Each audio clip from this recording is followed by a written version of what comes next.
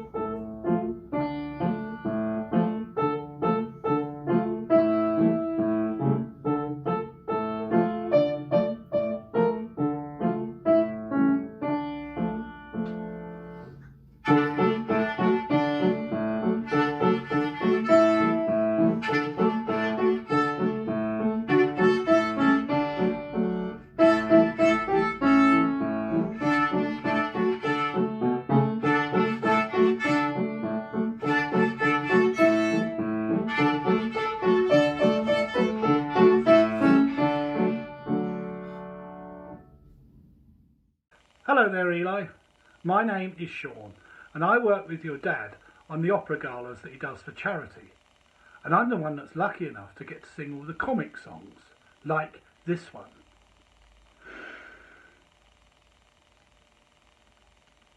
I hold your hand in mine, dear, I press it to my lips, I take a healthy bite of your dainty fingertips.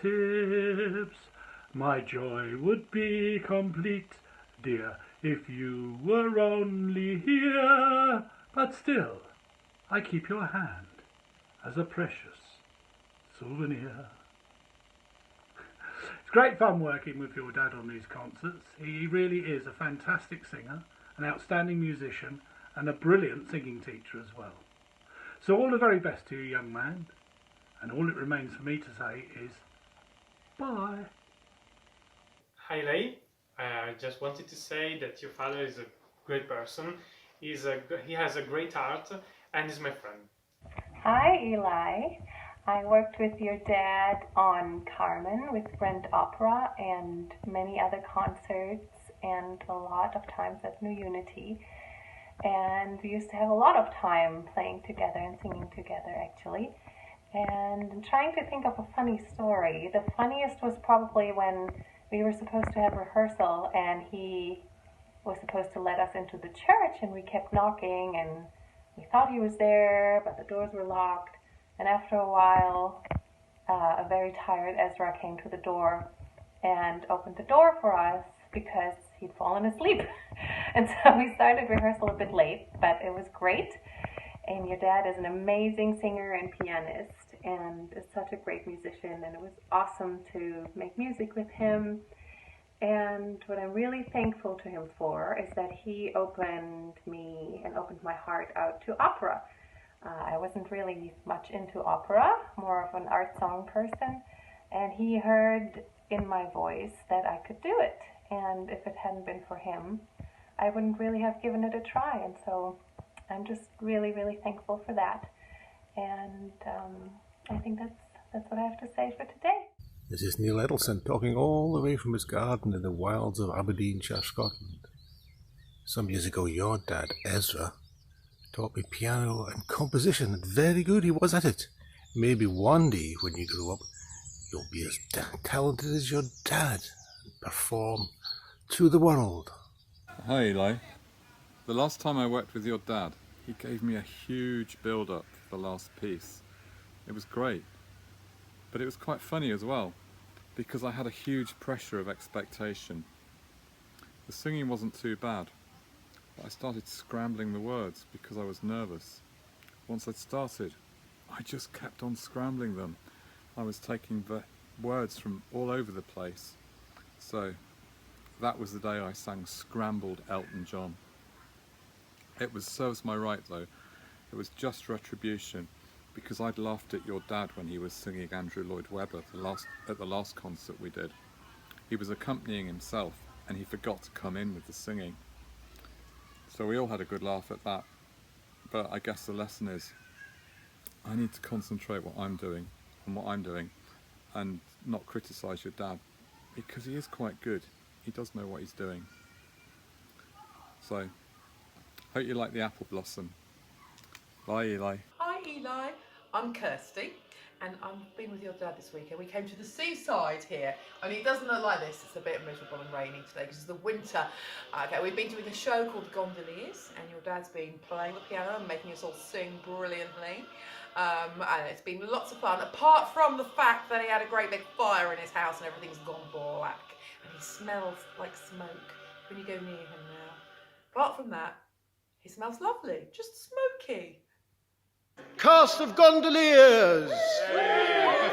Hey Ezra! Hey Ezra! How you doing? It's Jess. I was at Purcell with you. And Paul, who was not. But he's also the camera holder guy since he has longer arms. I have uses. It was really fun working with you and being your schoolmate when I was in the lower sixth and you were in the upper sixth. I was only at Purcell for 2 years. Great memories of you, especially once I think we had just finished the Gilbert and Sullivan rehearsal or something, and we were on the precious front lawn. What's it called? The Sacred Lawn thing. Outside the headmaster's office. And who was that bloke? He was some violinist, possibly. I can't remember his name, but there's a cool photo. I have to show it to you sometime. You were kind of leering up at me like some kind of crazed criminal slash some kind of animal, and it was really hilarious. I think you're just high on how much fun we had in that recording. And sorry, not recording, that rehearsal. I think that was that Gilbert and Sullivan thing we did in Harrow Church with chamber choir or something, or some other gig. But that photo really struck me. It was really hilarious because the other guy was trying not to laugh. I think he was in your form, not mine.